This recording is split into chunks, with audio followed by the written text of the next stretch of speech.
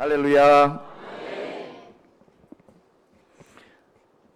제가 지난주 월화수를요. 오늘이 월요일이니까 지난주 월화수를 춘천 성시화대회 연합집회를 인도를 했습니다. 춘천에 한 400개 교회가 있는데요. 전 세계에서 성시화대회를 처음 시작한 데가 춘천입니다. 1972년도에. 근데 연합집회니까 규모가 굉장히 크지 않겠습니까? 그죠? 근데 오늘 집회가 훨씬 떨렸습니다. 오늘 집회가 훨씬 저에게는 떨렸고 너무나도 저에게는 의미가 있는 집회입니다. 오늘 목사님을 뵈는데 마음에 참 큰 감동이 있었고요. 그래서 오늘 준비한 말씀으로 바로 들어가는 게 아니라 좀 이 집회가 어떻게 이루어졌나 좀 이렇게 거슬러 올라가서 이야기를 좀 하면 아마 여러분들이 이 집회가 어떻게 이루어졌는지, 물론 목사님께서 좀 힌트는 많이 드렸겠지만 또 저의 이야기가 있는 거 아니겠습니까? 그래서 그 이야기로부터 좀 시작을 하고요. 진짜 은혜로운 설교는 내일 새벽에 하도록 하겠습니다. 그래서 진짜 은혜로운 설교는 평생 절대 못 듣는 진짜 은혜로운 설교 내일 새벽에 할 테니까 오실지 말지는 우리 너무 귀한 찬양, 제가 제일 좋아하는 비준비하시니 또 찬양하셨는데 또 내일 새벽에도 또 결정 궁금하시면 나오시고요. 제가 이제 침례신학대학교를 입학을 했을 때에 그때 자유주의 신학이 굉장히 많이 유행을 할 때였습니다. 예수님의 신성을 부인하고 예수님은 2000년 전에 살았던 민중의 훌륭한 지도자였다. 그리고 예수의 부활은 육체적 부활이 아니고 정신적 부활이었고 12제자의 마음속에 영적으로 부활한 것이다. 이게 자유주의 신학이에요. 그러한 곳에 제가 너무나도 고등학교 때 학생회장하고 울산 침례교회에, 저는 침례교회 이제 어릴 적 고등학교 2학년 때까지는 시골 교회인 장로교 통합에서 예수님 만나고 다 거기에서 은혜 받고 하다가 이제 제가 울산 고등학교를 다니면서 울산으로 고등학교 2학년에서 3학년 올라갈 때 나가게 됐습니다. 그때 저의 절친이 이제 내일 저녁 강사인 김광석 목사님이 저의 절친이라 가지고 울산 침례교회를 그 친구가 다니고 있었습니다.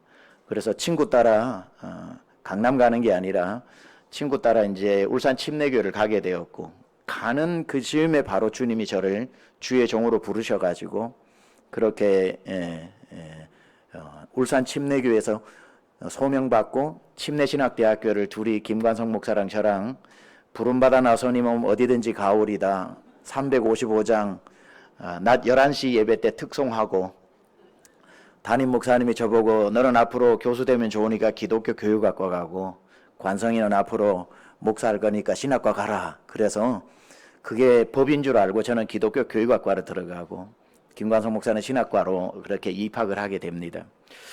그렇게 뜨거운 마음으로 신학교를 들어갔는데 아까 말씀드렸다시피 교회에서 배웠던 예수님과 그 당시 신학교에서 유행하는 그러한 신학이 많이 차이가 있었습니다.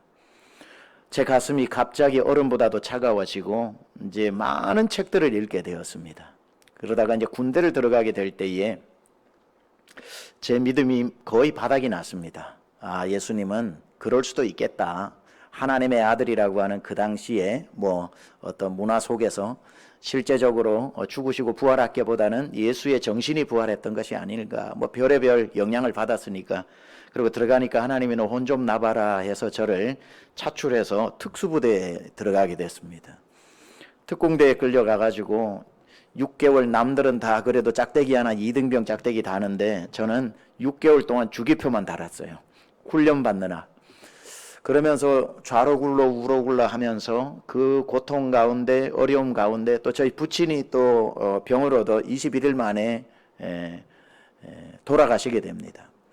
그 여러 가지 상황들이 겹치기 시작하면서 제 마음이 너무나도 가난해지고 낮아지면서 밤 12시에 갑자기 자는 병사들 깨워가 연병장 집합에서 그냥 좌로 굴러 우로 굴러 하더니만 원산폭격 머리 박아해서 1시간도 더 넘게 그렇게 벌을 이유도 모르고 서고 있는데, 원산폭격하고 있는 그때의 제 입에서 갑자기 예수님을 부르기 시작했습니다. 주님, 나는 주님이 필요합니다. 나는 복음이라는 건 예수 믿으라가 아니라 배고픈 사람에게 빵 주는 거라고 그게 사회주의 복음 아닙니까? 소셜 저스티스라고 그러죠.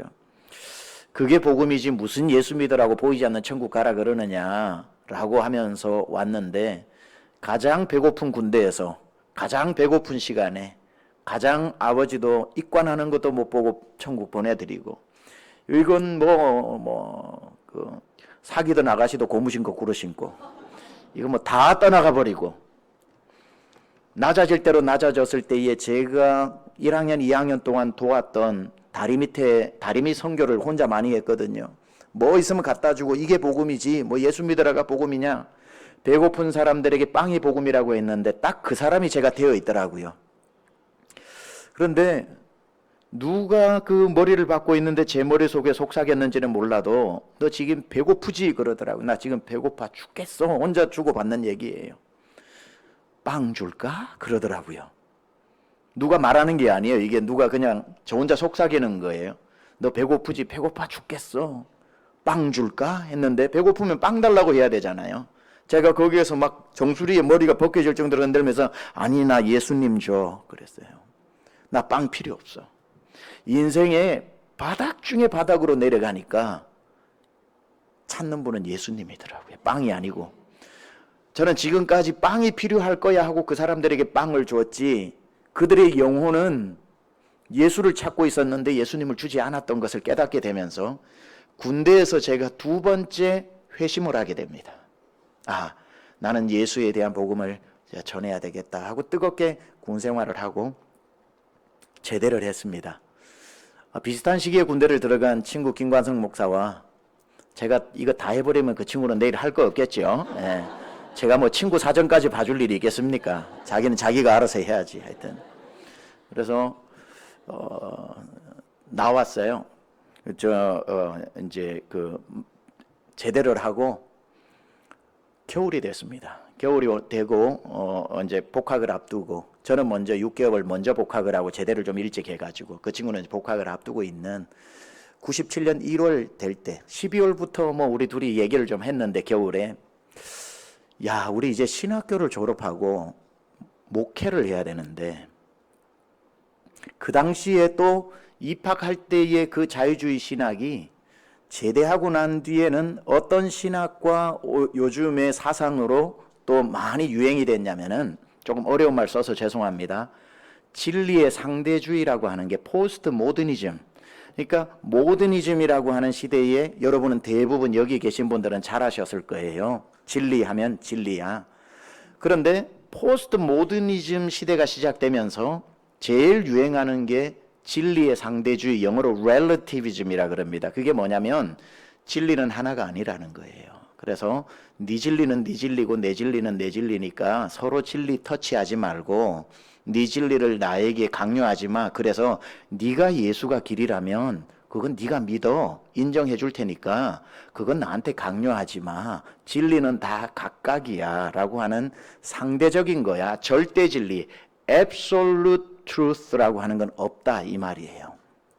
진리의 상대주의가 팽배해 있었고, 그게 이제 그렇기 때문에 너 진리도 틀리고 내게 맞는 건 모더니즘 시대 때는 말이 됐는데, 이제는 너 진리도 맞고 내 진리도 맞다고 해줘야 포스트 모더니즘적인 사람이 되는 거예요. 그게 진리의 상대주의면서 종교 안에는 어떻게 들어왔냐면은 종교 다원주의로 들어옵니다. 플루럴리즘이라 그래서 종교 다원주의가 뭐냐면 다원, 구원의 길이 많다는 거예요. 그래서 불교는 불교 방식의 구원을 받아가지고 천국 가는 거고, 기독교는 기독교 방식의 예수를 통해 천국 가는 거고, 이슬람은 알라를 통해서 가는 거고, 힌두교는 자기들의 신이 1억 개라고 그러는데 누굴 부르든지 간에 부르고 가는 거야. 진리는 많아. 자기가 생각하는 진리를 통해서 믿으면 되는 거야 해서 모든 종교의 구원이 있다. 이게 다원주의입니다. 이게 막 동서남북에서 밀고 들어오니까 머리가 굉장히 복잡해지기 시작을 하고, 제 친구와 제가 둘이 앉아가지고 야 이제 우리 졸업하고 목회해야 되는데 신학생 시절이죠. 물론 대학원도 가야 되지만 학부 시절에 이런 시대에 우리가 목회를 한다는 게 너무 끔찍하지 않냐? 그리고 우리조차도 지금 휘청휘청하고 있는데 그러면서 둘이가 생각이 통해가지고 우리 진리가 뭔지 한번 찾으러 가보자 그런 거예요. 진리 여행을 한번 떠나보자. 그래가지고 둘이가 그러자. 그러고 저희 둘이가 좀 무대뽀입니다. 원래 무대뽀. 그래가지고 그럼 어디로 갈까? 울산에서 그러고 있었던 거죠. 울산 침례교회에서 뭐 주일학교 전도사 이렇게 섬기면서 야 종교가 제일 많이 모여 있는 데가 경주 아니냐.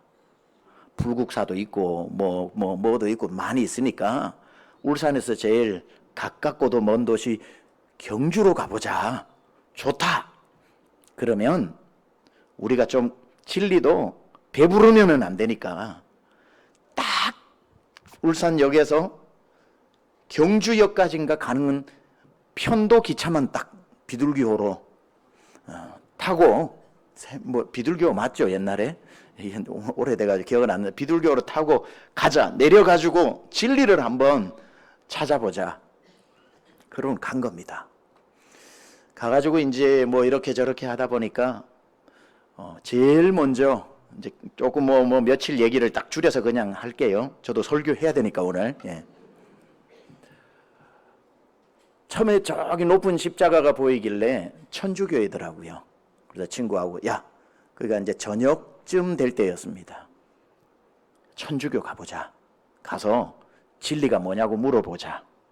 우리는 신학생이 아니고 예수 믿는 사람이 아니고 진리를 찾아 떠도는 청년들이라고 하자. 그렇게 이제 이야기를 했어요. 실제로였고 그 복잡한 마음에 제 마음조차도 플루럴리즘, 렐러티비즘, 상대주의, 다원주의의 폭격을 맞은 터라 더 이 마음이 더 갈급해 있었고 정리가 필요했고 그래서 경주의 어느 성당인지는 모르겠습니다. 이렇게 들어가니까 사무실이 있더라고요. 사무실에 들어가가지고 하니까 누구시오? 하고 직원들이 한 2명 있고 사무장 정도 되는 분이 거기 계시더라고요. 저희는 진리를 찾아 다니는 떠돌인데 진리가 뭔지 알고 싶어 왔습니다. 그러니까 그분이 예? 그러더라고요. 누군지 모르겠지만 가톨릭에서 믿는 진리가 뭔지 좀 설명해 주십시오. 그렇게 저희가 이야기를 하니까 그분이 이렇게 책상을 열더니만 저희 앞에 책 한 권을 툭 던지더라고요. 보니까 교황이 쓴 뭐 책이더라고요. 이건 한번 읽어보세요. 그러더라고요.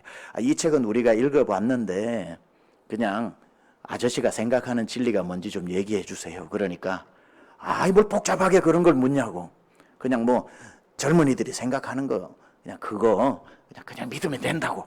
그러고는 그냥 내보내는 거예요. 저희를. 아니 여기 성당인데 저희한테 해줄 말 없어요. 그러니까 해줄 말 없다고 나가라고 그러더라고요. 그래서 둘이가 나왔어요. 나와가지고 어두워져 오는 그 성당 마당에 있는데 이렇게 긴 신부님 복을 입은 신부께서 그리고 이렇게 이쁘신 권사님들 같은 여신도들 사이에 이렇게 서서 뭐 도런도런 얘기를 하고 있더라고요. 그래서 김관성 목사가 그때 김관성 학생이 막 뛰어가더니만 신부님 이렇게 하니까 그분이 쳐다를 보는 거예요. 그러더니 우리 둘을 이렇게 쳐다보더라고요. 그래서 이제 김관성 형제가 신부님 진리가 뭡니까? 그렇게 이야기를 하니까 진리요? 예, 저희는 진리를 찾아다니는 청년들인데 진리를 듣고 싶어서 여기 왔습니다. 그러니까 진리는 내가 있다는 게 진리지요? 그러시더라고요.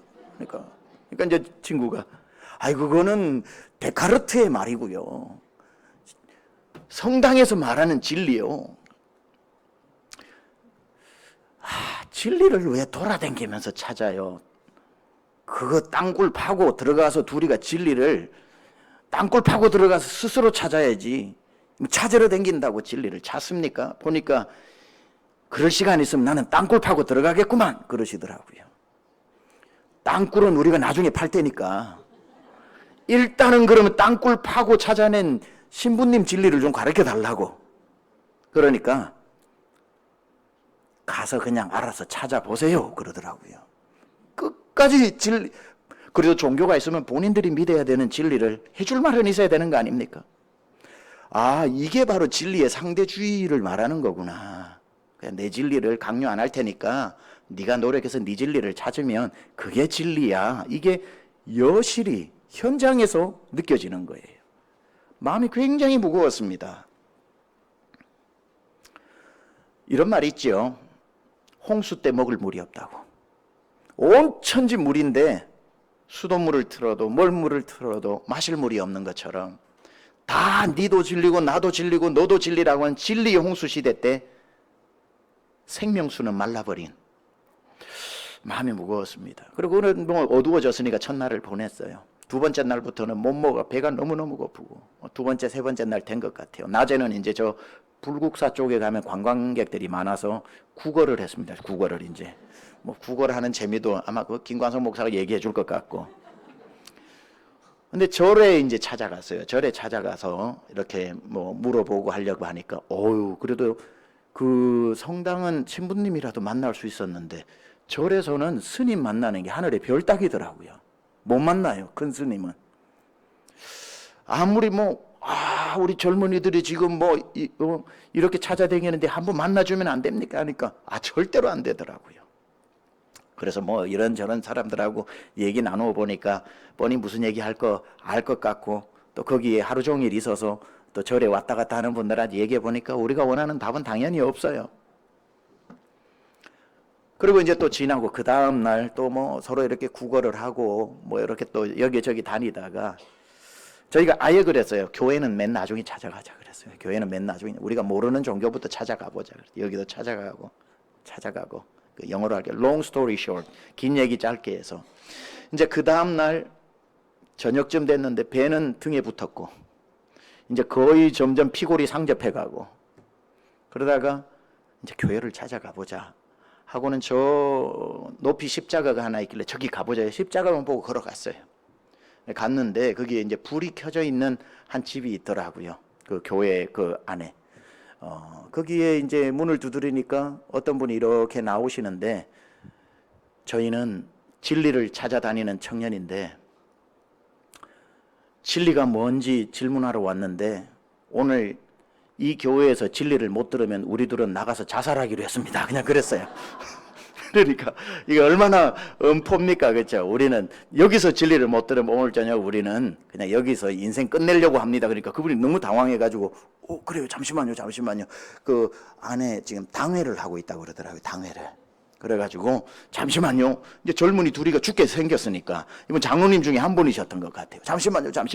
들어가가지고 뭐라 참 얘기하더니만 한 10분 후에 나오더니만 당회 때문에 안 되겠어요. 그러시더라고요. 그래서 저는 당회가 그렇게 무서운 건지 처음 알았어요. 젊은이 둘이가 죽어가는데도 당회를 해야 되니까 안 되겠다는 거예요. 그래가지고 당회가 뭔데 젊은이 두 목숨보다 귀합니까? 그러니까 우리 당회가 좀 그래요. 그러더라고요. 그래가지고 아무 얘기도 못 듣고 나왔어요. 야, 이거 어떡하냐 하고 이렇게 걸어가고 있는데 이제는 진리보다 배가 더 고프더라고요. 가는데 이제 또 교회 하나가 보이는 거예요. 그래서 갔죠. 저기다 이제 가보자. 그러니까 경주 남북교회에 이렇게 쓰여져 있는 거예요. 그게 이제 보니까 사찰 집사님 같은 분이 계시더라고요. 사찰 집사님 저희는 몰랐죠. 저희는 진리를 찾아다니는 청년들인데 진리를 좀 알려고 왔는데 하니까 그분이 나는 모르고요. 여기 우리 그 부목사님 전사님 옆에 사택인데 글로 가보세요. 그러더라고요. 그래가지고 이제 가르쳐 주는데 그 예배당 옆에 거기에 있는데 가니까 계세요 하니까 한 분이 이렇게 나오시더라고요. 저희는 진리를 찾아다니는 청년들인데 진리를 알고 싶어서 왔습니다 하니까 그분이 거기에 대해서 답을 안 하시고 밥은 먹었어요 그러시더라고요. 야, 진리는 라면을 이길 수가 없어요. 그래서 안 먹었습니다. 그러니까 그럼 빨리 들어오라고 그래가지고 우리 둘을 데리고 들어갔는데 이쪽에 왼쪽에 방이 있고 또 이쪽에 서재가 있는데 서재로 이렇게 데리고 들어가셨는데 그분이 누굴 것 같아요? 그분이 한국에서 제일 유명한 권오진 목사님이신데, 그때는 전도사님이셨는데,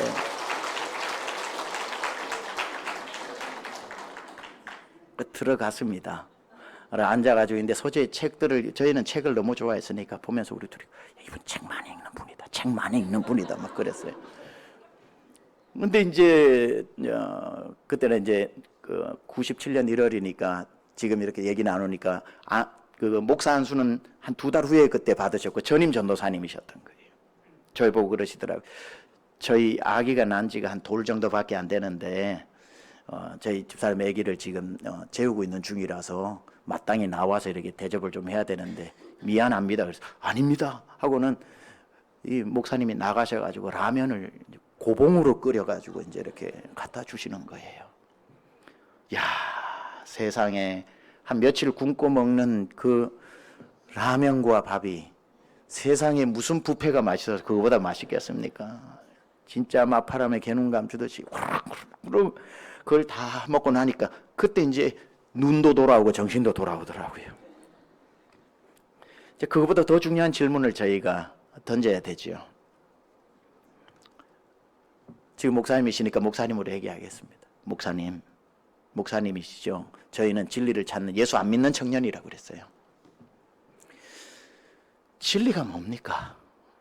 그러니까 조금도 망설이지 않으시고 그때 뭐라 그러셨냐면 진리는 예수 그리스도지요 그러시더라고요. 너무나도 당연하고 너무나도 정답이고 귀에 못이 박히도록 들었던 그 말이 왜 그렇게 고맙고 왜 그렇게 반갑고 왜 그렇게 제 마음에 우리 마음에 벅차오르는지 모릅니다. 진리는 예수 그리스도지요 라고 하는 그 말씀에 그것만 해도 우리는 다 얻었는데 라면 먹었지 답 얻었지. 목사님이 그때 그러셨어요. 시간 좀 됩니까? 그러셨어요. 남는 게 시간입니다. 그럼 내가 짧게라도 내가 좀 왜 예수가 진리인지 설명해도 되겠습니까? 예. 기억 뭐 안 나실 거예요. 왜냐하면 목사님 얘기를 들어보니까 그 교회가 교도소하고 가까워서 출소하는 사람들이 늘 찾아와서 지나가는 길목이라서 저희들 같은 이런 떠돌이를 너무 많이 만나신 거예요. 그러니까 그 중에 뭐 둘밖에 안 되니까 전화를 드리니까 목사님이 나는 기억이 안 나는데요 하시길래 저희가 거기에 더 감동을 받았습니다. 그래서 제가 전화기 너머로 명언을 했습니다. 이번에 전화를 드릴 때 목사님에게는 저희의 그날이 수많은 날 중에 한 날이었지만 저희 둘에게는 평생에 잊을 수 없는 날이었습니다. 너무 많이 오니까. 그러면서 시간 좀 되냐고 하시면서 구약에서부터 창세기에서부터 지금 말하면 redemptive theology를 구속사죠. 구속사.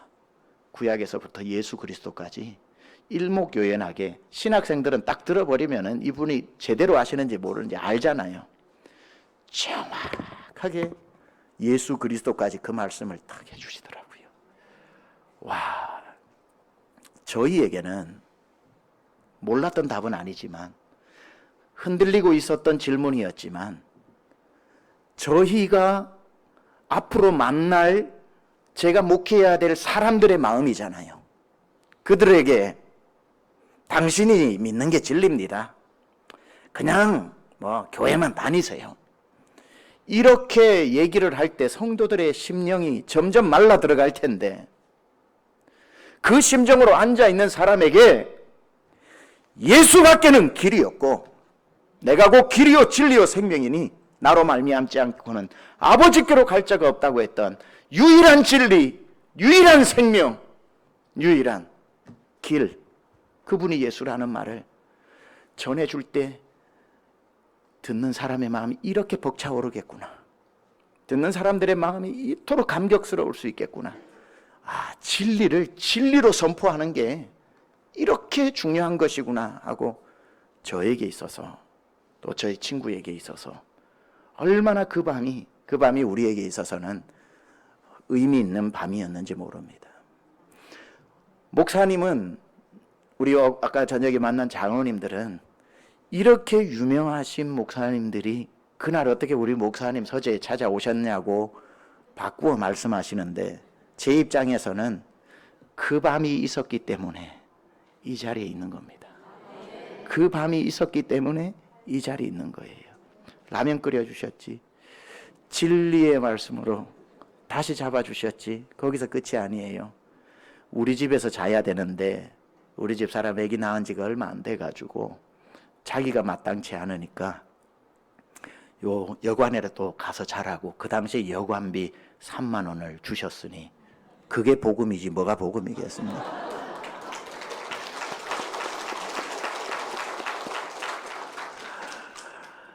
2007년 1월 첫 주에 다녀왔는데, 우리 사모님이 지금 30년째 가계부를 쓰시는데, 그때 목사님하고 이 양반들이 우리 집에 왔다 갔는 게 맞나 안 맞나 기억이 안 나시니까 해보니 1997년 1월 2일인가에 사모님 가계부에 3만 원이 나갔더랍니다.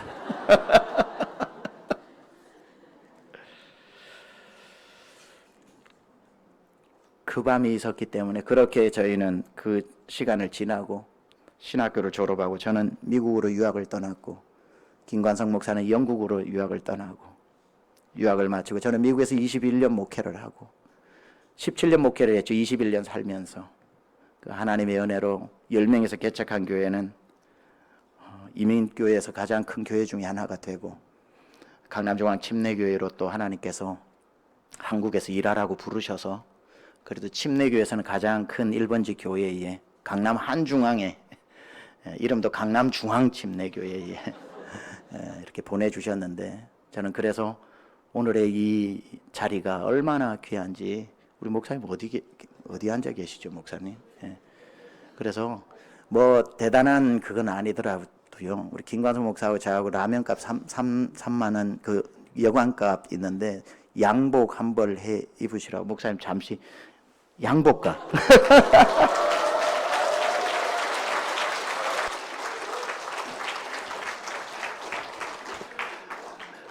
기회 되면 양복 뭐 수십 벌이라도 해드릴 수 있습니다. 네.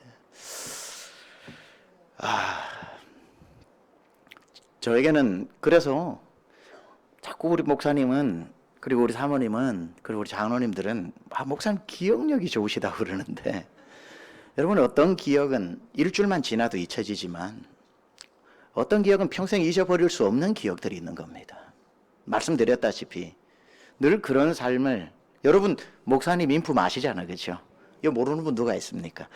제가 얘기해도 우리 목사님이 그런 일을 했을 리가 없다라고 생각하는 분, 교회도 있겠지만, 듣자마자 역시 우리 목사님은 또 목사님다운 일을 했다 이러시잖아요. 여러분 다 이 얘기가 낯설지 않잖아요. 경주 남북교회 목사님 7년 이상 섬기시는 동안 이런 출소는 아니지만 이런 사람들이 얼마나 많이 지나갔는데, 그 수많은 날들 중에 한 날을 어떻게 기억하시겠습니까마는, 우리에게는 인생에 그런 경험 한 번밖에 없는데 그 날을 어떻게 잊을 수 있겠냐 이 말이죠. 제가 이걸 몇 번 설교를 했거든요. 세미양교회가 그래도 개척되어지고 지금 뭐 4천 명까지 됩니다. 그런데 언젠가 세미양교회에서 이 이야기를 설교를 막 하고 있는데, 저희 교회에 장로님 한 분이 예배를 마치고는 득달같이 달려와가지고, 목사님 그 교회가 경주 남북교회라 했어요. 예, 그건 내가 경주에 있을 때 섬기던 교회입니다. 진짜요? 그분이 권오진 목사님입니다. 지금 대구에 정동교회에 있어요. 그분이 찾아주신 거예요. 그래가지고 저희 교회는 장로님 그 아내 되시는 이임영 권사님 두 분은 지금도 세미양교회 1등 장로님 권사님이시고, 총 여전도 회장, 총 남전도 회장 하시고 얼마나 교회가 세워지는데 큰 일을 하셨는데, 그분이 와가지고 목사님 우리 교회 남북교회 거쳐 지나간 사역자들 많은데 그분이 1급입니다. 1급입니다. 그러시더라고요. 모든 성도가 다 존경했습니다. 막 그렇게 이야기를 하시는데, 어느 교회라고요? 해서 정동교회, 대구에 정동교회 계시다고 그래서 김관성 목사하고 둘이가 이렇게 찾았어요. 찾아서 보니까 얼굴이 그대로신 거예요. 얼굴이. 그래서 저 혼자면 헷갈릴 텐데 둘이 보고 이분이다. 그래서 찾아낸 거죠. 하나님이 만나게 하신 거지요. 보니까 우리 김관성 목사도 대한민국에서 참 귀하게 전국 팔도에 그분 섭외 1순위인데, 그리고 또 저도 하나님께서 쓰실 만큼 또 쓰시고 계시고 해서 얼마나 여러분의 교회는 우리 둘이를 배출한 것만 해도 꽤 보람 있는 저는 여러분의 목사님, 그리하여 장로님들과 여기에 계신 성도님들에게 똑같은 빚을 지고 있고요. 너무 고맙습니다. 그리고 여러분, 우리 목사님이 아까 제가 만나고 지금까지 얘기 들어보니까 저만큼 행복한 목사 있으면 나와보라 그러라고, 대한민국에 없을 거라고, 장로님 칭찬, 성도님 칭찬을 얼마나 하시는지. 여러분의 정말 교회가 너무나도 복된 교회고, 정말 앞으로도 여러분 아주 이 세상의 별처럼 반짝반짝 빛나는 어두운 밤에 가장 밝게 빛나는 그러한 별 같은 교회로 계속 쓰임 받으시기를 축원합니다. 이제 오늘 뭐 또 설교를 해야죠. 오늘은 여러분하고 좀 이제 남은 시간에 얘기 나누고 싶은 것은 오늘 저녁은 은혜입니다. 은혜. 여러분, 이 은혜라고 하는 단어가 우리 기독교의 가장 중요한, 사랑이라고 하는 단어와 은혜라고 하는 단어는 기독교를 설명하는 가장 중요한 단어인데, 지금부터는 목소리 스피드를 빨리 하도록 하겠습니다. 그런데 기독교 유명한 작가인 필립 얀시가 이런 멋진 말을 했습니다. 지난 2000년 기독교의 역사 동안 기독교의 주옥같이 아름다운 단어들이 많잖아요. 정의와 자비와 여러 가지 단어들이 많이 있는데, 기독교 2000년 역사 중에 유일하게 상하지 않고 남아있는 단어는 은혜다, 이렇게 이야기를 합니다. 자, 무슨 말이냐면, 여러분, 정의, 온유, 화평, 기쁨, 충만, 이런 단어를 지금 나열할 때 여러분이 맞아, 성령의 열매야, 그게 기독교를 나타내는 거야 라고 동의는 하시겠지만, 은혜라고 하는 단어는 여러분, 지금까지 우리 진행한 거 다 하나님의 은혜입니다. 하나님의 은혜 없이 어떻게 올 수 있었겠습니까? 은혜라는 단어만 말하면은 아무 설명이 없는데도 가슴이 뭉글뭉글해지고 눈가가 촉촉해지고, 필립 얀시는 그 이유를 상하지 않은 단어라고 표현하는 거예요. 은혜는 상하지 않았기 때문에 은혜입니다라는 말만 해도 우리를 감격시키고 우리를 눈물 짓게 하고 시들시들해지던 우리의 믿음을 다시 제자리를 찾게 하고, 이게 은혜의 매력이라는 거죠. 저는 가만 보니까 가장 행복하게 신앙생활하는 분들이 어떤 분들인가 보니까 은혜 안에 머물러 있는 분들입니다. 은혜는 누구나 다 받거든요. 그런데 은혜 받고 잃어버리고 은혜 받고 잃어버려서 밑 빠진 독에 물 붓기식의 은혜를 받는 사람이 있는가 하면 은혜 위에 은혜를 받는 사람이 있어요. 영어로 grace upon grace라고 그러는데, 은혜가 쌓이고 은혜가 쌓이고 은혜가 쌓여가지고 은혜 안에 있는 사람에게 일 시켜보세요. 가장 행복하게 그 일을 하고 가장 힘이 닿도록 그 일을 합니다. 그래서 바울이 디모데에게 에베소 교회를 맡기면서 아주 중요한 목회 철학 하나를 이야기합니다. 내 믿음의 참아들 사랑하는 디모데야, 네가 에베소 교회가 굉장히 중요한 교회인데 너가 나이가 너무 연소하다. 네가 연소함 때문에도 네 몸에 자주 있는 병 때문에 목회하는 게 녹록지 않을 것이다. 그래서 내가 비법 하나를 알려줄게. 너는 은혜 안에서 강한 사람이 되어라. 이렇게 이야기하거든요. 디모데야, 네가 에베소 교회를 목회할 수 있는 유일한 비법 하나는 네가 은혜 안에 머물러 있는 사람이 되면 하나님이 그 은혜에서 너를, 그 은혜 안에 뛰어놀고 주의 영광 본다는 찬송처럼 그 은혜가 너를 살려내고 은혜 안에 있는 사람을 이길 사람이 없다는 거예요. 여러분, 우리는 두 가지 은혜가 있거든요. 우리 인생에 두 가지 은혜가 있는데 좀 설명을 드릴게요. 첫 번째는 찾아오는 은혜입니다. 자, 찾아오는 은혜를 다른 말로 표현하면 구원의 은혜라고 얘기하는 거예요. 자, 여러분이 여기에서 구원을 남들과 경쟁해서 1등에서 따내신 분 없죠? 노력해서 따낸 분도 없지요. 돈 주고 구원을 사신 분도 없지요. 구원은 찾아가 가지고 구원 달라고 애원해 가지고 받은 분도 없지요.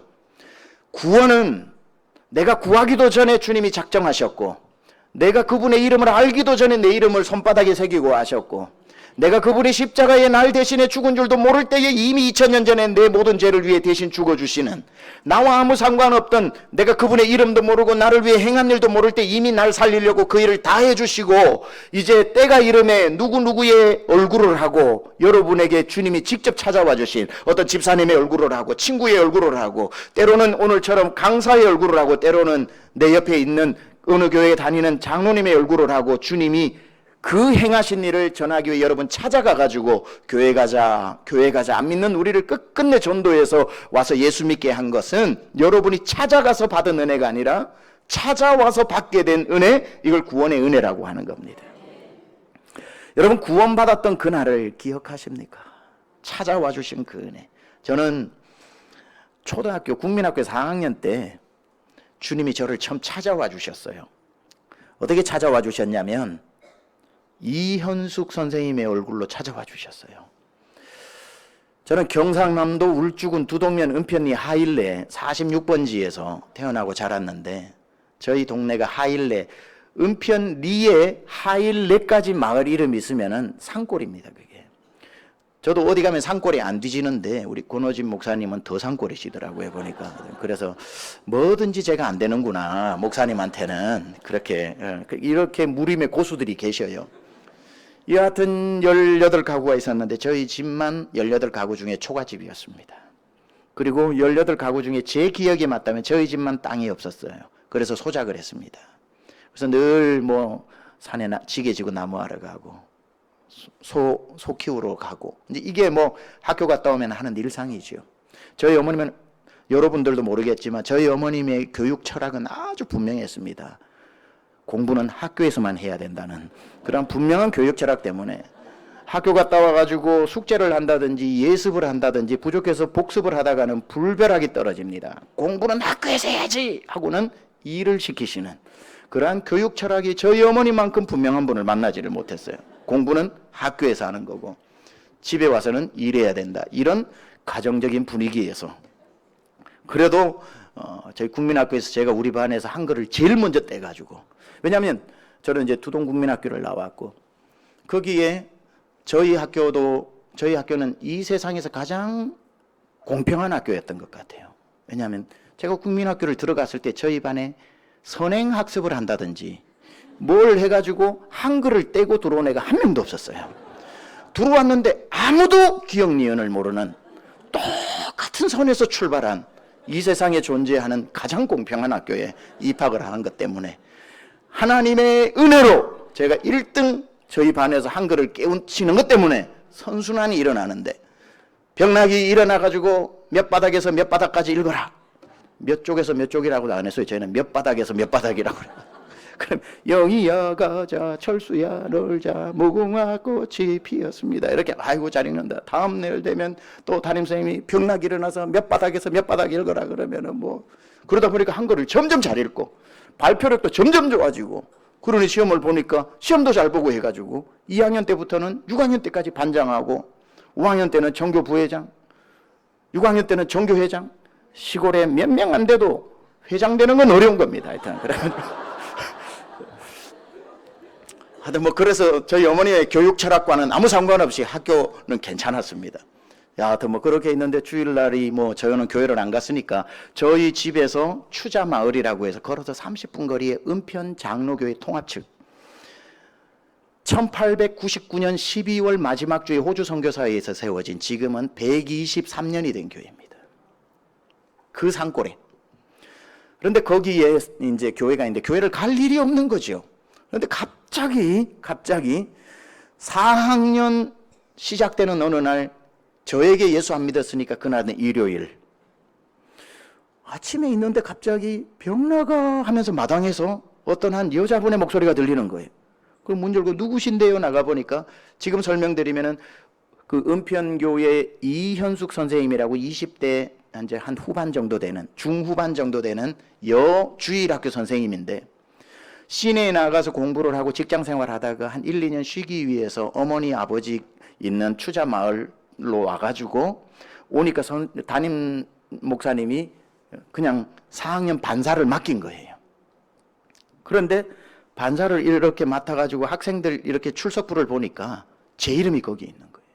그래가지고 교회 나오는가 출석부를 보니까 출석한 적이 없어. 그래서 장기 결석자인 줄 알고 그분이 거기에서 30분을 걸어가지고 저를 데리러 와가 평나가 교회 가자. 그래서 내 교회 안 가는데요. 그러니까 니 우리 반에 있는데 그러더라고요. 아 교회 간 적 없는데요 하니까 저도 당황스럽고 그분도 당황스러우면서 그래 다음 주에 올게. 다음 주에 오지 마소. 나 교회 안 갑니다. 그분은 이제 9시가 어린이 예배잖아요. 11시가 어른 예배. 그러니까 8시에 거기에서 나서서 8시 반에 우리 집에 왔고 7시 반에 나서서 8시에 우리 집에 왔고 이제 안 간다 소리 듣고 30분 걸어서 교회 가서 8시 반에 준비해서 9시에 예배를 드려야 되니까 신속하게 가신 거예요. 왜 내 이름이 거기 있었을까 보니까 이유가 이렇습니다. 은편 장로교회 담임 목사님이 은편리에 있는 애들 이름을 다 넣어놓은 거예요. 거기에 그냥 나올 줄 믿고 다 학년별로 넣어놓으신 거예요. 그러니까 이현숙 선생님은 장기 결석자인 줄 알고 그러고 저는 나간 적이 없고 독한 선생님을 만나면 그때부터 인생이 괴로워집니다. 다음 주 주일 8시만 되면 병나가 하고는 찾아오는데 한 달, 2달, 3달까지 계속 찾아오니까 이제는 그 평안한 주일 아침이 막 불안에 떨기 시작을 하는 거예요. 뒤에 가서 숨고 뒷산에 가서 숨고 나무 위에 올라가 숨고 나중에 도저히 안 돼가지고 가만 생각하니까 이거 도망 다닐 일만 아니다. 내 발로 자존심이 있지 언제 끌려가냐. 내 발로 가야 되겠다. 엄마 나 교회 갔다 올게. 그러니까 저희 어머니가 놀라시더라고요. 네가 그래 안 가던 교회를 뭐 교회 가면 나쁜 거 배우나 가라. 제대로 안 믿을 때는 잘 보내줘요 부모들이. 제대로 믿으면 그때부터 이제 핍박을 하지. 그래가지고 이제 올라갔죠. 30분 걸어서 올라가니까 그 은평교회 이제 앞마당에 예배 시작하기 전에 이제 저보다 한 살 많은 이제 그 은철이 한 살 적은 권형이 이거 다 두동국민학교 같이 다니는 친구들인데 저를 딱 보고는 병나가 네가 교회를 이제 나왔노. 와 억수로 반갑대. 와 네가 교회를 나오고 진짜 반갑다 라고 하지 않고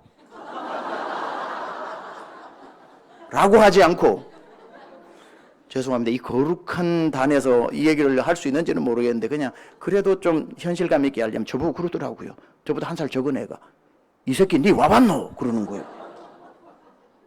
와 그러니까 니 알고 왔지? 뭔데? 내 모른다. 자기들끼리 눈을 야 알고 안 놓고 모르는 척하는 거 봐라. 모른다. 뭔데? 그러니까 니 알고 왔잖아. 뭔데? 모른다. 그러니까 야 임마 오늘 부활절 아이가 니 계란 먹으러 왔지? 그러는 거야. 가는 날이 장날이라고 그날이 부활절이라 가지고 부활절이 뭔데? 내가 아니다. 그러니까 야 부활절인 줄 알고 왔는데 뭐 그러더라고요. 거기서 자존심이 상해가지고 내 다시는 교회 오나 봐라. 그러고는 문을 나서가지고 집으로 뛰어가는데 그때 8시에 우리 집에 도착했던 이현숙 선생님은 드디어 병나기가 자기 발로 교회를 갔다는 기쁜 소식을 듣고 구름 위를 걷는 것처럼 날아서 막 교회를 오는데 교회 앞 어느 지점에서 저는 뛰어가고 그분은 뛰어오니 그분이 반가워가지고 제가 선생님 내가 먼저 교회 왔습니다 하는 줄 알고 병나가 하고 왔는데 나는 그 손을 놓소 하고는 그냥 집으로 뛰어가가지고 그때부터는 이제 교회를 더 멀리 하게 됐는데 집요하게 한 영혼을 포기하지 않고 와주신 날 찾아오신 은혜. 이현숙 선생님 얼굴하고 온 고마운 우리 선생님 얼굴하고 온 이현숙 선생님의 얼굴을 하고 온 찾아온 은혜. 그것 때문에 결국은 중학교 1학년 때 그 크신 하나님의 사랑 말로 다 형용 못하네. 그 404장 찬양을 듣다가 3절에 제가 매료가 되어서 하늘을 두루마리 삼고 바다를 먹물 삼아도 한없는 하나님의 사랑 다 기록할 수 없겠네. 세상에 하나님 사랑 얼마나 크면 저 넓은 하늘을 도화지 삼고 저 많은 바닷물을 먹물 삼아 써내려가는데도 하나님 사랑 다 못 쓸까. 내가 저 사랑을 내가 한번 만나봐야 되겠다. 찾아봐야 되겠다. 그때부터 교회 한 번도 빠지지 않고 그 사랑을 찾아 그리고 중학교 2학년 때 수련회 가서 한종관 전사님의 불같은 복음 메시지에 제가 예수님을 영접하게 됩니다. 제가 한 일이 아무것도 없지요. 그렇게 가지 않겠다고 했는데 병나가 하고 우리 집 앞마당으로 주님이 이현숙 선생님의 얼굴을 하고 날 찾아와 주신 은혜, 이게 구원의 은혜입니다. 구원의 은혜. 자, 그렇게 해서 여러분은 누구를 통해서 누가 찾아오고 누구의 얼굴을 하고 찾아와서 여러분은 이 어마어마한 구원을 얻었으니 너희가 그 은혜로 인하여 믿음으로 말미암아 구원을 얻었나니 이것이 너희에게서 난 것이 아니요 하나님의 선물이라. 행위에서 난 것이 아니니 이는 누구든지 자랑치 못하게 하려 함이라. 아무 공로 없이 받았던 이 크신 은혜, 찾아온 은혜입니다. 그래서 여러분은 예수를 믿고 오늘 이 저녁에 부흥회라서 여기 앉아 있으니 여러분은 제가 지금 말씀드린 첫 번째 은혜는 다 받으신 분들이에요.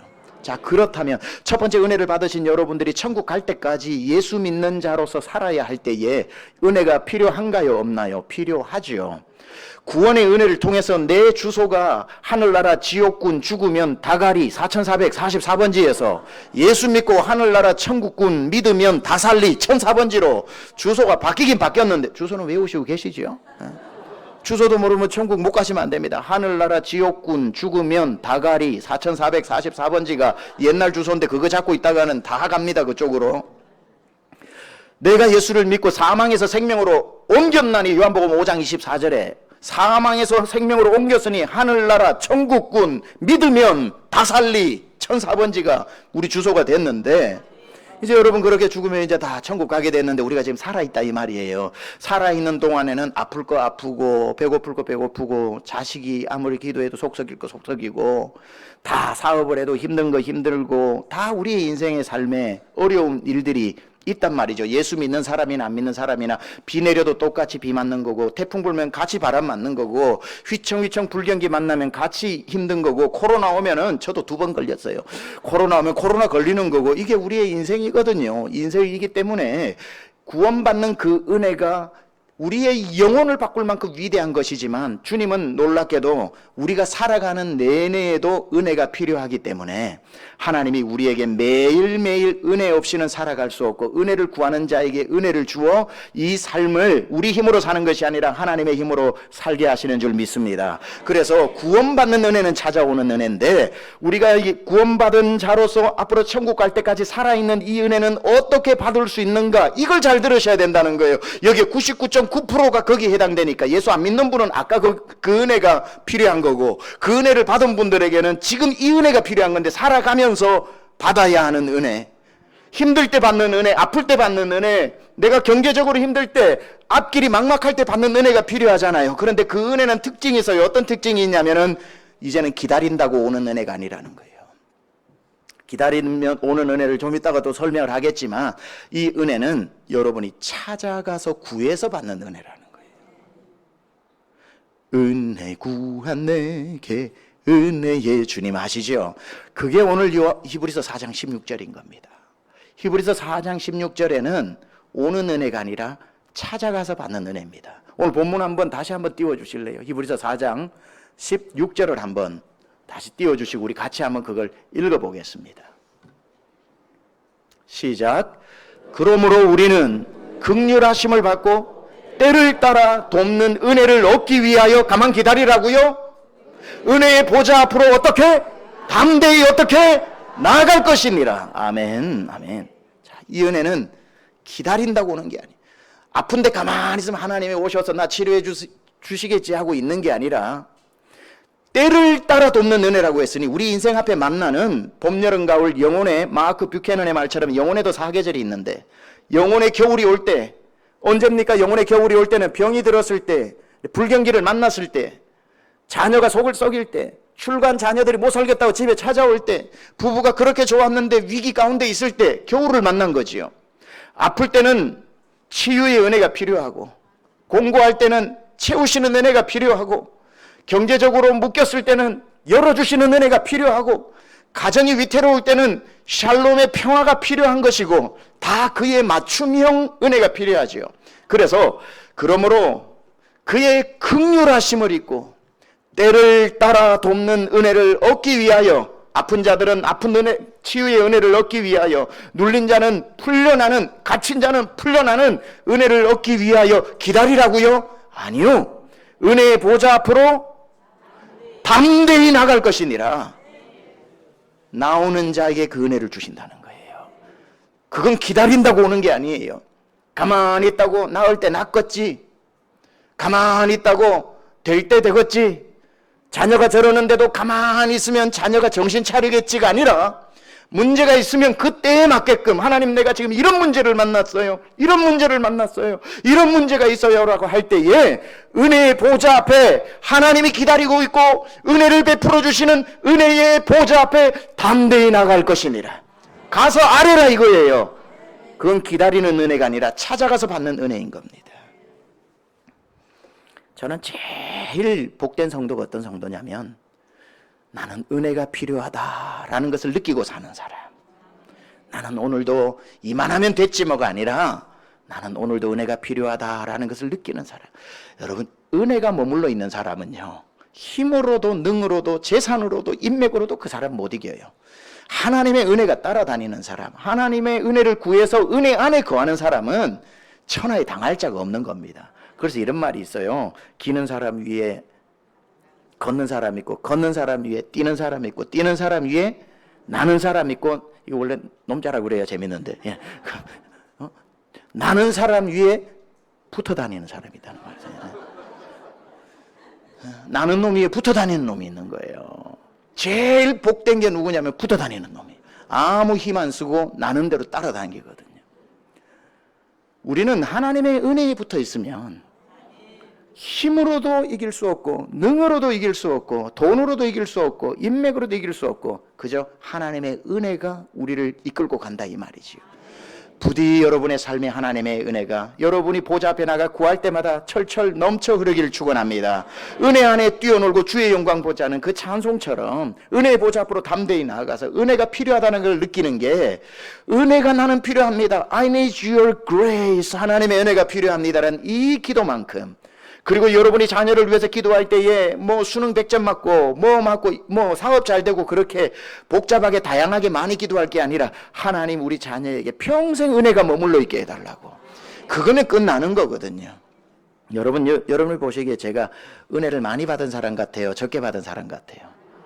솔직히 말하면 은혜 많이 받았습니다. 저만큼 성경 안 읽는 목회자가 어디 있겠으며, 저만큼 열심히 안 하는 목회자가 어디 있겠으며, 저만큼 뭐 신방이고 뭐고 목회 안 하는 사람 누가 있겠어요? 훨씬 더 많이 하는 분이 많으면 많았지. 그래도 희한하게 이렇게 하나님께서 은혜를 베풀어 주시는 것, 이건 정말 제가 하나님 앞에 너무 감사한 내용이거든요. 저는 은혜가 많은데, 제가 그 이제 영어로 말하면 serendipity grace라는 게 있습니다. 나에게 그냥 일방적으로 어느 순간 갑자기 임하는 은혜들이 있거든요.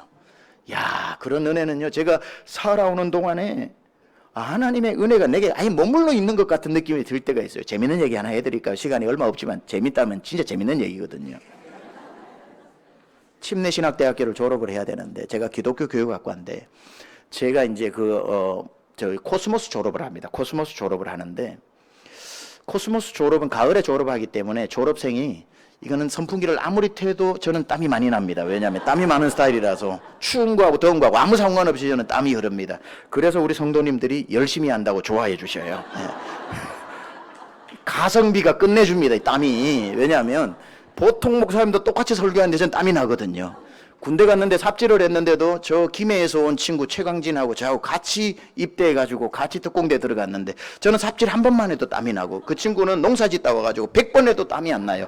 그러니까 100번 한 그 친구는 논다고 얻어맞고, 저는 한 삽 떴는데도 그냥 잘한다고 병나기처럼 하라고 계속 그래가지고, 그걸 두자로 뭐라 그래요? 은혜라고 얘기하는 겁니다. 은혜.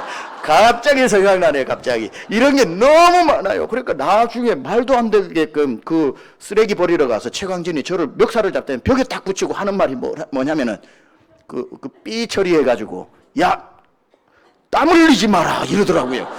아니 뭐 땀을 어떻게 안 흘려요? 자기는 제가 땀 흘리는 게 제일 미웠던 것 같아요. 양 XX 땀 흘리지 마라 이러더라고요. 그거 안 된다 제가 그랬죠. 흐르는 걸 어떻게 해요? 이 땀 때문에 땀 막 흘리고 주일날 막 성도님들하고 악수하잖아요. 성도님들이 울어요. 우리 목사님 너무 열심히 하신다고. 사실은 조용조용 하시는 목사님들이 더 열심히 하시거든요. 그래서 이거 아무리 틀어도 이게 하니까 왜 강사 목사님 더운데 선풍기를 제대로 안 했냐? 절대 그러지 마세요. 100대를 갖다 놔도 흘러요, 저는. 이게 뭐라고요? 은혜라는 겁니다. 은혜. 저는 땀 때문에 이거 뭐 효과 보기 한두 가지가 아니에요. 무조건 우리 목사님 열심히 한다 그러는데요, 뭐. 자, 그 재밌는 얘기를 해드려야죠. 그래서 졸업을 해야 되는데 저희 어머니가 그래도 아들 대학 보냈다고. 그래도 한번 대학 그 졸업식 때 처음으로 대전을 올라오셔요. 대전 침례신학대학교. 형제들도 올라오고 하니까 이왕이면 졸업생 대표로 제가 상을 받고 싶더라고요. 미국은 1000명이 졸업을 해도 1000명 이름 다 불러가지고 여위에서 한 명 한 명 총장이 악수하고 보내는데 한국은 과 대표 한 명씩만 올라오거든요. 근데 가만 생각하니 비록 5명밖에 졸업을 코스모스로 우리 과에서 신학과는 또 많이 하고 하는데 제가 성적으로 보니까 안 되더라고요. 그래가지고 우리 어머님 올라오셨는데 나는 서고 싶기는 한데 좀 실망하시겠구나 했는데 졸업을 앞둔 한 3일 전에 최병락 학생 과 사무실로 오라는 거예요. 뭔가 해서 갔더니만 이번 졸업생 대표로 등단해가지고 졸업장 받으니까 준비하라는 거예요. 아니 내가 수석이 아닌 지금 박수 안 치셔도 됩니다. 이따 칠 장면이 나와요. 칠 대목이 나옵니다. 들어보세요. 분명히 치실 겁니다. 그래서 내가 성적 우수고자가 아닌데 왜 제가 서죠? 그러니까 그분이 더 놀라면서 그렇네요. 몰라요 그러더라고요. 하여튼 뭐 올라가야 되니까 서세요 그러더라고요. 더 따지다가는 행정착오라고 해서 밀릴까봐 알겠습니다 하고는 기분 좋아 나오는데 잠시만요. 그래서 그러니까 이유를 알겠어요 그러더라고요. 왜 전데요 그러니까 이거 가나다 순이에요 그러더라고요. 그래가지고 아직 박수 치면 안 돼. 박수 칠 때가 아니에요. 그래 가나다 순이에요 하는데 제가 그거는 더 말이 안 되는데요. 내가 최씨인데 어디를 가도 가나다로 마바소 하면은 맨 뒤에 있는데 그러니까 그분이 최씨네? 하는데 뒤에 4명이 한씨 2명, 황씨 2명.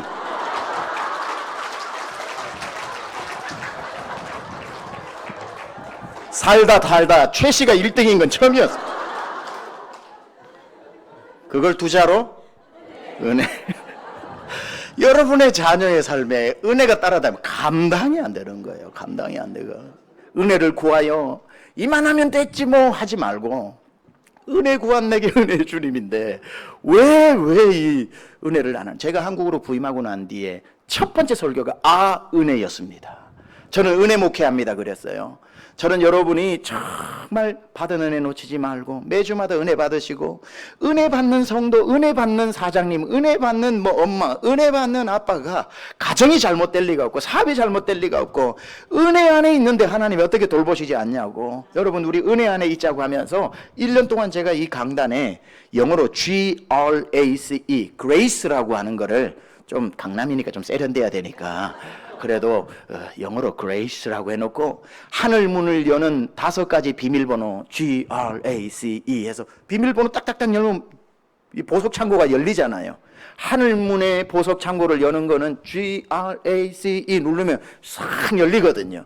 그래서 이걸 1년 동안 해놨어요. 새벽 예배를 마치고 난 뒤에 쫙 혼자 이제 기도를 앞에서 하는데 제 앞에 그레이스가 쫙 있는데 하나님하고 대화를 나눕니다. 제 삶을 돌아보니 너무 많은 은혜를 받은 거예요. 그래서 하나님이 저를 좀 싸고 도시는 것 같아가지고 물었어요. 하나님은 제가 좋으세요? 그러니까 주님이 나는 네가 좋아 그러시더라고요. 그래서 제가 뭐 볼 거 있다고 지게질하고 소 키우고 소장농인데 제가 뭐가 좋아서 이 자리에까지 다윗이 나와 내 집이 무엇이고 한데 여기 이러게 하셨나이까 했던 것처럼 하나님 왜 제가 좋으세요? 하니까 주님이 그러셔요. 난 네가 그냥 좋아 그러시더라고요. 아니 주님 왜 좋으셔요? 그러니까 주님이 갑자기 너는 나에게 항상 에이스야 그러시더라고요. 제가요? 너는 항상 내 눈에 에이스야 그러시더라고요. 제가 진짜 하나님 눈에 에이스예요 하니까 주님 뭐라 그러셨냐면요. 그래 에이스 이러시더라고요. 저는 그때 알았어요. 그레이스라고 하는 게, 그레이스, 이게. 제가 하나님 눈에 에이스예요 하니까, 그레이스, 이러시더라. 와, 그걸 보는데 눈물이 팍 쏟아지는 거예요. 하나님이, no matter who I am, 내가 누구든지 간에 상관없이, no matter what I do, 내가 뭘 하든지, 그레이스야. 나를 응원해 주시는 그 은혜라고 하는 단어가 영어로도 은혜스럽다라니까. 여러분, 은혜를 놓치지 마시기 바랍니다. 그래서 여러분에게 좀 짧지만 꼭 은혜의 보좌 앞에 나와서 구해야 되는 은혜 몇 가지를 이제 한 15분 안에 딱 마치겠습니다. 진짜 은혜로운 건 내일 아침에 하는 거니까.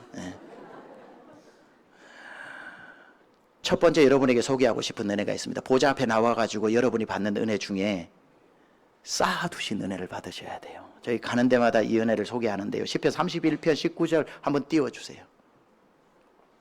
같이 한번 읽어볼까요? 시작. 주를 두려워하는 자를 위하여 쌓아두신 은혜, 곧 주께 피하는 자를 위하여 인생 앞에 베푸신 은혜가 어찌 그리 큰지요. 여기 보니까 쌓아두신 은혜라는 게 있는 거예요. 쌓아두신 은혜. 그래가지고 제가 성경을 읽다가 이 단어를 보고 성경에 이렇게 멋진 단어가 있는 줄 알고 얼마나 좋아서 펄쩍펄쩍 뛰었는지 몰라요. 너무 띄워주세요. 계속 띄워주세요. 너무 이게 멋지잖아요. 이 단어가 쌓아두신 은혜라고 하는 게. 그러다가 제가 다시 왜 쌓아두셨지 하늘에? 쌓아두신 은혜의 용도가 뭘까 하고 봤더니만 거기에 답이 나와요. 곧 주께 피하는 자를 위하여 인생 앞에 베푸신 은혜더라고요. 아, 쌓아두신 은혜의 용도가 뭐냐면 급한 일 만난 사람에게 주께 피하여 급하게 피해서 온 사람을 위해서 주시기 위해서 비축해둔 은혜가 쌓아두신 은혜더라는 거죠. 여러분 살다 보면 급한 일 만날 때 있죠. 그래서 여러분이 정말 주님 앞에 나와가지고 도와달라고 말하기에도 사는 게 뭐가 그래 바쁜지 제대로 주님 앞에 부끄러워서 도와달라 말도 못하는데 급한 일 만나버려가지고 하나님 앞에 도와달라 하기에는 염치 없고 그렇다고 하나님의 도움을 구하지 않기에는 너무 급한 일을 만났어. 그런 사람들을 위해서 우리 하나님이 예비해 놓은 게 뭐냐면 쌓아두신 은혜라는 거예요. 그러니까 여러분 정말 혹시 이 부흥의 기간 즈음에 여러분 삶에 너무 급했는데 내 힘으로 안 되는 분은 쌓아두신 은혜를 달라고 은혜의 보좌 앞에 서성거리지 말고 담대히 나아가서 쌓아두신 은혜를 달라고. 일단 바람이 일로 자꾸 들어오는 것 같아가지고 쌓아두신 은혜를 달라고. 여러분 구하시면 하나님이 쌓아두신 은혜는 묻지도 따지지도 않고 그 사람 일단 살리고 보는 은혜인 겁니다. 교통사고 당해가지고 그 응급실에 갔을 때에 응급실에 와서 피를 철철 흘리면서 지금 총각을 다투는 사람에게 당뇨 검사하고 혈압 검사하고 가족 내력 검사하고 뭐 이렇게 안 하잖아요. 무조건 그냥 냉장고에서 피 가져와가지고 수혈을 해서 살려내고 보는 거죠. 급한 일 만났을 때에 주님이 너 지난 5년 동안 섬긴 것 가져와봐. 이렇게 내력 따지시는 게 아니라 일단 살려주시는 은혜. 혹시 그런 분 여기 한 분이라도 있으면 이번 부흥의 기간 동안 하나님 내게 쌓아두신 은혜가 필요합니다. 하나님 정말 주님 앞에 죄송하지만 그래도 내가 살아야 되니까 주의 보좌 앞에 나와 구하오니 이번에 강사 목사님 와서 얘기하는 거 보니 이런 사람에게도 베푸실 은혜가 있다고 하던데 하나님 그 쌓아두신 은혜를 주옵소서. 기도하여 그 쌓아두신 은혜 받을 수 있기를 축원합니다. 정말 성경에서 뭐라 그러냐면요. 저는 이 구절에서 은혜의 보좌 앞에 담대히 나오라는 말이 너무 좋은 거예요. 담대히 나오라는 말이. 제가 미국에서 목회를 하다가 미국 교회를 빌려 쓰다가 미국 교회가 갑자기 나가라고 그러는 거예요. 한인 교회들이 미국 교회 빌려 쓰다가 갑자기 몇 개월 안에 나가라 그러면은 청천벽력 같은 일이 벌어지는 겁니다.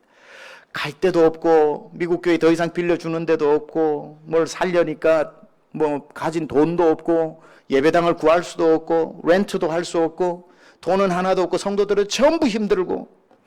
그때 금방 생각나는 사람이 누구였냐면 달라스에서 KBS 전 세계를 가다라고 해서 출세한 한국인들, 코리안 드림을 이룬 사람들 중에 또 나왔던 달라스에서 제일 부자인 문대동 회장이 있습니다. 삼문그룹이라고 해서 골프장도 호텔도 하이아트 무슨 호텔도 엄청 가진 분이에요.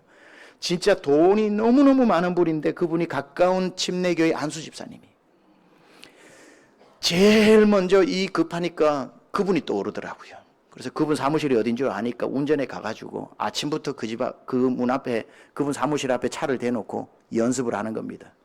문 회장님이라고 할까, 문 집사님이라고 할까, 문 회장님이라고 할까, 문 회장님이라고 할까, 문 회장님이라고 할까. 차 안에서 막 몇 시간을 연습을 하는 거예요. 그럼 누구시죠? 저는 저 세미안교회 목사인데 해가지고 설명하는 거 연습하면서 하는데 그 문이 안 열리더라고요. 그분이 그날이 오시는지 안 오시는지. 오전 내내 기다리는데 마음이 너무나도 제 마음이 부끄러워지는 거예요. 내가 어디 가서 10원짜리 하나 빌려본 사람 적도 없는데 내가 무슨 이분한테 돈을 빌리나 하고는 그냥 접고 운전해서 교회로 돌아오는데 마음이 그렇게 비참하더라고요. 근데 차 안에서 주님이 찾아오셔가지고 저한테 이런 말씀 하시더라고요. 야, 내가 너한테 문회장보다도 못하냐 그러시더라고요. 내가 너한테 문회장보다도 못하냐. 와, 내가 주님을 믿노라 할 뿐 아니라 목사인데 제일 급하니까 돈 가진 사람 생각나더라고요. 사람의 보좌 앞에 가가지고 프랙티스 연습하고 있더라니까요. 은혜의 보좌 앞으로 나가서 담대히 나가서 하나님께 구해야 되는데 참 얼마나 그때 제가 큰 걸 깨달은 거예요. 그래서 주님 앞에 당장에 달려가가지고 하나님의 보좌 앞에 급할 때 하나님 주시는 쌓아두신 은혜에 있다고 그랬는데 하나님 우리 교회 성도들 길바닥에 나앉으면 어디를 가냐고 구했더니만 그 다음 주 주일날 예배 중에 갑자기 70 되신 어르신 우리 교회 집사님 70 넘어서 예수 믿은 분이 갑자기 검은 봉지 큰 쓰레기 봉지 7개를 끌고 가가지고 여기 놓고 종이 하나를 놨는데 뭔가 이렇게 보니까 하나님 앞에 드릴 것 없어 깡통 주어 드립니다. 우리도 자체 성전을 주십시오 하고 첫 번째 건축원금이 깡통 몇천 개가 들어온 거예요. 그거를 이제 갖다가 파니까 80불 얼마가 들어왔어요.